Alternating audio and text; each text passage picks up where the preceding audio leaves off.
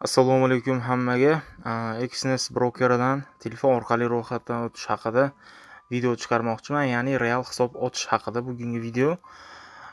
Xo'p, bu broker 2008-yilda tashkil topgan eng yirik brokerlardan biri, top 10 talikka kiradi. Yilning eng yaxshi brokerlari safida keyin turli mijozlarga qulayliklar qilib berishi bilan farq qiladi. Ya'ni birinchisi tez bitimlarni amalga oshiradi. Ya'ni order ochadigan bo'lsangiz, tezda amalga oshiradi. Buni ham o'ziga yarasha qulayliklari bor. Masalan, yangiliklar vaqtida bu seziladi.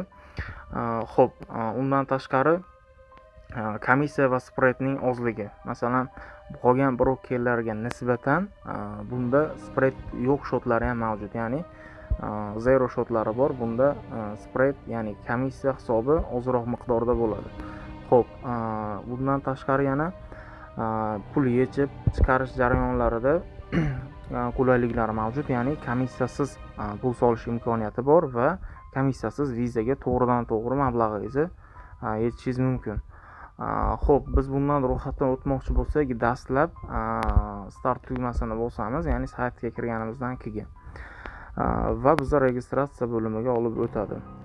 Bu havolada registratsiya uchun kerak bo'ladigan narsalar siz yashash manzilingiz, ya'ni davlat nomini yozamiz, keyin email kiritamiz biron bir va biror parol qo'yishimiz kerak bo'ladi va davom ettirish tugmasini bosamiz. Xo'p, unaqa ko'p narsa so'ralmaydi, sababi bu tasdiq uchun. Xohlasangiz buni sahrangiz qilib qo'yishingiz mumkin yoki qilmasligingiz ham mumkin. Faqat keyingi havolada aytilyapti, demo shot ochasanmi yoki real shot ochasanmi deyapti. Biz real hisob ochmoqchimiz, shuning uchun realni bosdim. Xo'p, endi bizni to'g'ridan-to'g'ri kabinetimizga o'tkazdi. Kabinetimizda xo'p, загрузка ketib qoldi. Kabinetimizda bu yerda kiritgan emailimiz, akkauntlarimiz, depozit, withdraw shunaqa narsalar turibdi, lekin hali ishimiz tugallanmagan. Sababi bu yerda umumiy anketani to'ldirib, to'liq verifikatsiyadan o'tib olishimiz kerak bo'ladi, ya'ni become real trader, ya'ni real traderga, haqiqiy traderga aylanish kerak bo'ladi. Bu uchun bizni tasdiq kodimiz emailimizga boradi, shu uchun tekshirib turamiz tasdiq kodimizni. Xo'p, va men bu kodni kiritdim, davom ettirish tugmasini bosdim. Telefon raqam so'rayapti. Telefon raqamimizni ham kiritib olamiz va telefon raqamimizni kiritamiz. Telefon raqamimizga ham kod keladi. Kodni ham kiritib oldim mana. Shaxsiy ma'lumotlarni so'rashni boshlaydi. Ya'ni ismni, familiyani, jins so'raydi. Tug'ilgan yil, kun, sana, manzillarni bir qator kiritib chiqamiz. Xo'p, hamma o'zinikini kiritadi. Masalan, sekin kiritib qo'ysam ham bo'ladi. Ya'ni umuman olganda unaqa qiyin emas. Men hozir verifikatsiya uchun to'ldiryapman. Xo'p,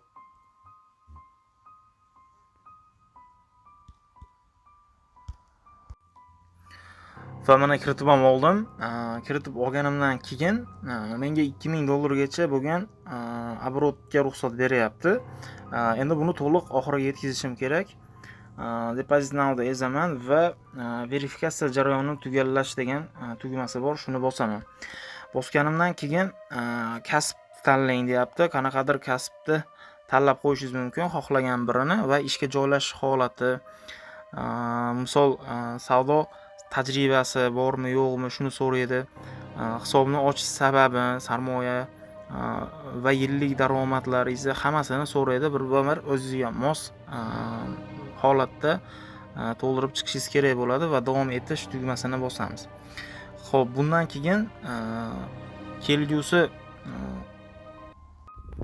va bundan keyingi havolada уже dokumentlarni загрузка qilib qo'yishimiz kerak bo'ladi. Ya'ni haqiqiy tasdiq uchun. Xo'p, verifikatsiyadan o'tmagunimizgacha depozit qilish, ya'ni viza kartadan depozit qilish iloji yo'q. Shu uchun polni hammasini tasdiqdan o'tkazganingizdan keyin hisobingiz aktiv bo'ladi. Shungacha sabr qilib. Xo'p, shundan keyin hujjatlarimizni yuklashimiz kerak bo'ladi. hujjatni, pasportni rasmimiz bor joyini ochib turib, tiniq holatda rasmga olib jo'natishimiz kerak bo'ladi. Keyin pasportning orqasidagi yashash manzilimiz qayd etilgan joyda rasmga olamiz. Agar mabodo yashash manzilimiz tasdiqlanmasa, MyGo sayti bor, hozir buni ko'rsatib o'taman. MyGo saytidan ro'yxatdan o'tamiz, ya'ni ro'yxatdan o'tish oson. Birinchi bo'lib, xo'p, bu yerda saytga o'tganimizdan keyin men hozir ro'yxatdan o'tganman. Pasportingiz umumiy seriya raqamini kiritasiz va ism familiyangizni yozsangiz o'zi ro'yxatdan o'tib qolasiz. Unaqa qiyin emas. Xo'p, bu yerda fuqarolikni ezaman. Bosganimdan keyin, xo'p, bu yerda hujjatlar kerakli hujjatlaringiz, sizga taalluqli bo'lgan hujjatlar bor. Masalan, bu yerda pasport ro'yxatdan o'tkazilgan joyi, ID raqamlari bor. Endi bizga bu yerda doimiy yashash joyini ro'yxatdan o'tkazilganligi haqida kerak bo'ladi hujjat. Shu hujjatni topamiz. Bu yerda mana uni ustiga bosganimda doimiy yashash joyidan o'tish uchun bu yerda sizga tegishli bo'lgan hujjatlar bor. Xo'p, shuni pastrog'iga o'taman va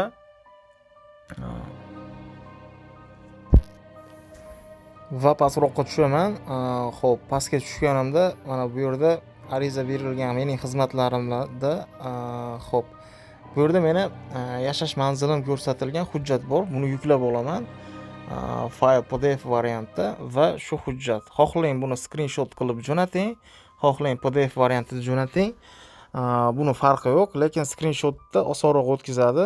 Shu uchun bitta screenshot qilib olamiz. Shu holatini kesib, tayyor holatida yashash manzilimiz tasdiqlangan hujjatni jo'natishimiz mumkin. Bu undan ko'ra ishonchliroq bo'ladi.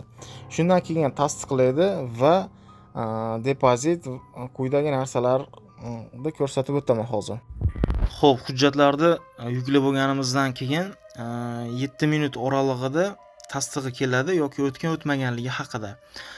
Yana bir qulaylik, agar mabodo yashash manzilingiz o'tmasa, prava bo'lsa, agar pravangizni rasmga olib jo'natsangiz ham bo'ladi. Shunda ham o'tkazyapti.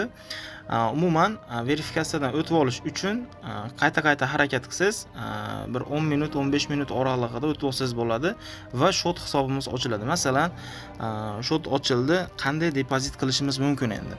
Depozit qilish uchun birinchi My Account bo'limidan bizni birorta shotimizga o'tib olamiz. Ya'ni bu yerda MetaTrader 4 va 5 ga shot ochib qo'ydim. Xo'p, shot ochishlarni ham ko'rsataman. Faqat hozir depozit haqida gaplashyapmiz. Xo'p, birinchi turgan strelkani pastga qaralgan shaklini bosdim va bu yerda bank kartalari orqali, Bitcoin orqali, Neteller orqali, Skrilllar orqali, turli hamyonlar orqali depozit qilish imkonini beryapti.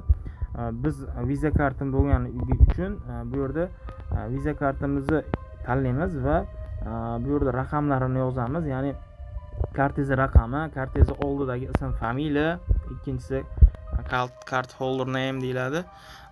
Shularni bir qator kiritamiz. Amal qilish muddati endi CFF kodi bor. Bu plastikingiz orqasida bo'ladi. Visa kartaning orqasidagi oxirgi 3 raqam. Shularni kiritganimizdan keyin depozit miqdorini yozib, masalan, o'tkazib olsangiz bo'ladi. Men masalan $191 deb yozishim mumkin. Mana, xo'p. Mana hozir depozit qildim. Bu akkauntga tushdi va shundan foydalanib savdo qilishingiz mumkin. Endi buni terminalga qanaqa ulanishimiz mumkin degan savol tug'iladi. Bunga ham javob berib o'taman. Masalan, deylik, biror akkaunt tanlaylik. Ya'ni mana quyidagi akkauntni tanladim va buni MetaTraderga ulamoqchiman. Bunda trade bo'limi bor. Sariq ko'rib turgan bo'lsanglar, dumaloq qolib qo'ygan, shuni ustini bosaman va bu yerda tayyor siz MetaTrader tortib qo'ygan bo'lsangiz o'tkazyapti. Serverlarni ham o'zi yozib beryapti. Siz qo'ygan parolingizni kiritib qo'yasiz. Bo'ldi, shu galochkani bosib turib kirsangiz bo'laveradi shotingizga. Bu oson.